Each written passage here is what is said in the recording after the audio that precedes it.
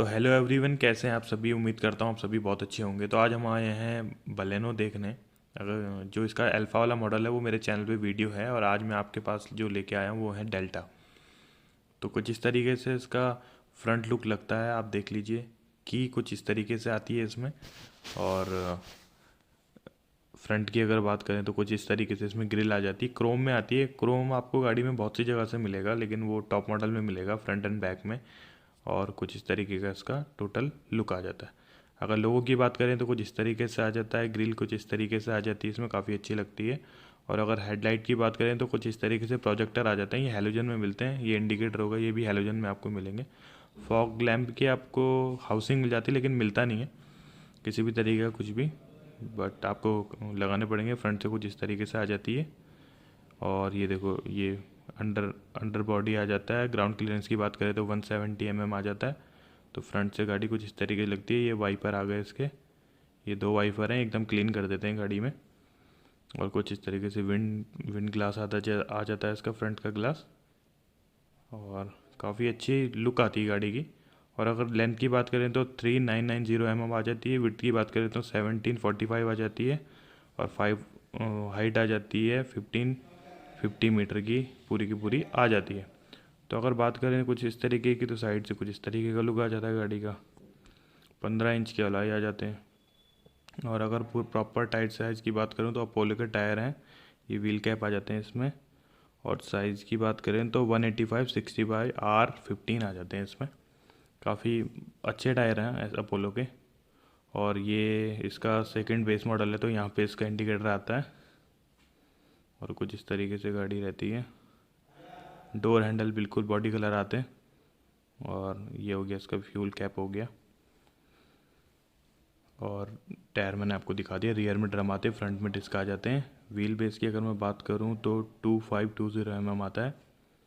और साइड से अगर आप मैं दिखाऊं थोड़ा पीछे से लुक आपको, तो कुछ इस तरीके से आता है इसमें।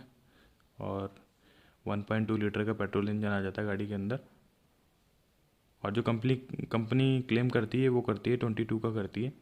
अब वो चलाने पे होता है कि आप कैसे चलाते हैं। और रियर लुक की बात करें तो कुछ इस तरीके से आता है। ये देखिए, कुछ इस तरीके से इसमें डिफॉगर आ जाते हैं। ये एंटीना ऐसे आता है इसका, डिफॉगर ऐसे हो गए। वाइपर इसमें आता नहीं है। लोगो, ये हो गया लोगो, ये हो गए बलूनों की बैजिंग, ये हो गई इसकी लाइट, ये एलईडी में आती है, टॉप लो चाहे बेस लो। ये रिफ्लेक्टर हो गए, ये जलते नहीं है। और सेंसर की बात करें तो 1 2 3 4 4 सेंसर आ जाते हैं इसमें। नीचे ये इसका एग्जॉस्ट का हो गया, आपको दिख रहा होगा। ये फ्यूल टैंक हो गया गाड़ी का, कुछ इस तरीके से दिखती है। और बूट ओपन करके दिखाता हूँ आपको। तो कुछ इस तरीके से इसका बूट आता है। पार्सल ट्रे आ जाती है गाड़ी के अंदर। ये देखो, ये पार्सल ट्रे है, ये कंपनी फिटेड आती है इस वाले मॉडल में। और 318 लीटर का बूट आ जाता है गाड़ी के अंदर। काफ़ी स्पेस होता है, ऐसा कुछ नहीं है कि स्पेस, और काफ़ी डीप मिलता है। और अगर इसकी बात करूँ तो 1 इंच कम आएगा आपको, ये 14 इंच का होगा। तो चलिए इसको बंद करता हूँ मैं। तो आप चलते हैं गाड़ी के इंटीरियर की तरफ। एक्सटीरियर तो मैंने आपको मोस्टली दिखाई दिया सब कुछ। देखो आप, कुछ इस तरीके से दिखता है इसके अंदर। काफ़ी अच्छा लगता है देखने में। ये इसका सारा का सारा लुक। चलो फिर अंदर चल के देखते हैं। ये करते हैं इसका डोर ओपन। ये करा डोर ओपन, तो कुछ इस तरीके से इसका डोर दिखता है। ये आ गए इसके सारे कंट्रोल, विंडो के हो गए या ऑटो फोल्डिंग मिरर के हो गए। ये इसका क्रोम में नहीं आता, वो टॉप मॉडल में आता है। ये यहाँ पे कुछ इस तरीके से इसका इंटीरियर दिखता है। सीट की बात करूँ तो कुछ इस तरीके से आ जाती है। ये हाइट एडजस्ट का हो गया यहाँ पे। और चलिए अंदर बैठ के देखता हूँ मैं। कुछ इस तरीके से आते हैं इसके कंट्रोल्स हो गए। ये ट्रैक्शन के हो गए, ये ऑटो ऑन ऑफ के हो गए। तो डोर को करते हैं क्लोज, ये हो गए। तो इस तरीके का इंटीरियर आता है पूरा का पूरा गाड़ी का। चाबी लगा के दिखाता हूँ आपको। ये लगाई मैंने चाबी, देखो कुछ इस तरीके से आता है इसमें, दिख रहा होगा आपको। ये देखो स्क्रीन इसमें कंपनी फिटेड आ जाती है। ये अगर मैं बात करूँ इसकी, तो देखो कुछ इस तरीके से ऑन होता है। ये यहाँ पे एन लिखा हुआ है, देखो कुछ इस तरीके से आता है। काफ़ी अच्छा लगता है देखने में। ये देखो कुछ इस तरीके से इसके कंट्रोल आप चेंज कर सकते हैं, ट्रिप, एवरेज, पूरा सारा का सारा आपको ये दिखाता है। और स्टीयरिंग की बात करूँ तो कुछ इस तरीके से इसका स्टीयरिंग आता है, डी कट में आता है। ये देखो ये कंट्रोल हो गए स्क्रीन के, ये नीचे हो गए इसके वॉइस वगैरह के सारे कंट्रोल। और ये कुछ इस तरीके से आता है। लेदर इसमें नहीं आता है। टिल्ट एंड टेलीस्कोपिक का ऑप्शन आता है शायद दोनों, तो टिल्ट तो हो रहा है, टेलीस्कोपिक नहीं हो रहा है। टिल्ट बस इसमें आपको टिल्ट का मिलेगा ऑप्शन। और कुछ इस तरीके से इसकी स्क्रीन आ जाती है। और ये देखो काफ़ी स्मूथ है, जो पहले वाली आती थी मारुति सुजुकी में ये वही है, चेंज नहीं हुआ है अभी तक। ये काफ़ी इजी है। अच्छा, और इसमें कुछ कंट्रोल्स कुछ इस तरीके से आ जाते हैं। तो यही है, इसका चलने में काफ़ी स्मूथ है इजीली, मतलब आप कहीं पे भी जाएंगे तो आपको इतनी कोई प्रॉब्लम होने वाली नहीं है। ये वैसे साइड में जो पैनल है ग्लॉस में दे तो काफ़ी अच्छा लगता है। ये हो गया हजार्ड बटन हो गया, ये सिल्वर में आ जाता है। एसी की बात करें तो ऑटोमेटिक आ जाता है, बेस से ही ऑटोमेटिक आ जाता है, ये बहुत अच्छी बात है।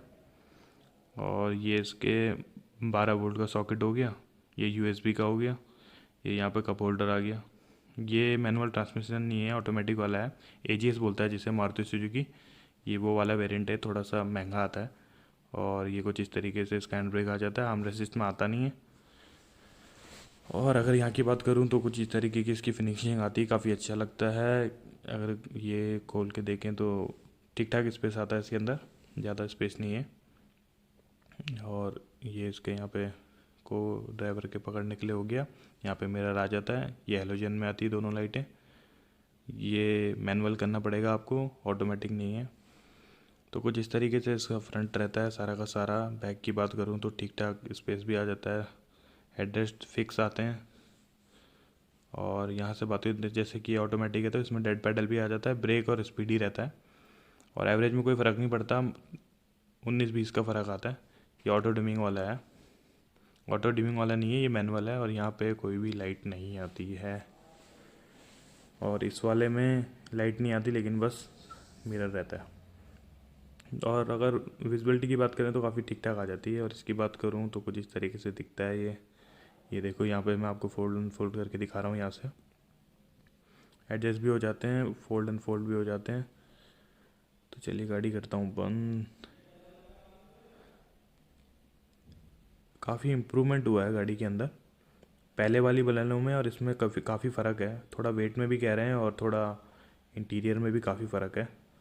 और अगर मैं रियर की बात करूँ तो रियर से कुछ इस तरीके से दिखता है डोर इसका। ये देखो ये यहाँ पे विंडो का अप डाउन करने का हो गया।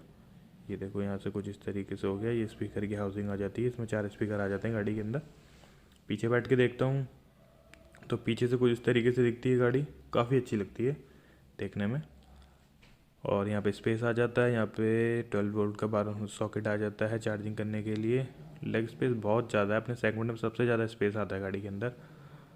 और कुछ इस तरीके से दिखती है। यहाँ पे ग्रैब हैंडल हो गया, पार्सल ट्रे आती है जैसे मैंने आपको पहले दिखाई दिया था, हेडरेस्ट फिक्स आते हैं। फ्रंट का लुक कुछ इस तरीके से आता है गाड़ी के अंदर से। और यहाँ पे बीच में आपको थोड़ा सा हम्प मिलता है, मतलब अगर कोई तीसरा पैसेंजर है तो उसको थोड़ा हल्का मैनेज करना पड़ेगा। चलिए बाहर निकल के देखता हूँ, इसको करते हैं बंद। तो ओवरऑल अगर गाड़ी की बात करूँ तो गाड़ी कुछ इस तरीके से दिखती है। और अगर आप इस गाड़ी को लेते हैं तो मेरे हिसाब से, जैसे आप आफ्टर मार्केट काम नहीं कराना चाहते बलेनो का बेस लेके, तो आप ये भी ले सकते हैं डेल्टा मॉडल। ये भी काफ़ी अच्छा रहता है इसका। थोड़ा फ़र्क आ जाता है प्राइस में, करीबन 1 लाख 1.5 लाख के ऊपर आ जाती है। ऑटोमेटिक की अगर मैं बात करूँ तो 7.69 एक्स शोरूम है और 8.91 वैसा है। तो ऑन रोड 8.33 की बैठ जाती है नॉर्मल वाली। और अल्फ़ा की बात करूँ तो 10.35 के आसपास बैठ जाती है, 10.35 के आसपास टॉप मॉडल इसका पहुंच जाता है अल्फ़ा वाला। तो आज की वीडियो के लिए इतना ही, मिलता हूँ आपसे भी से अगली वीडियो में, तब तक के लिए थैंक यू सो मच।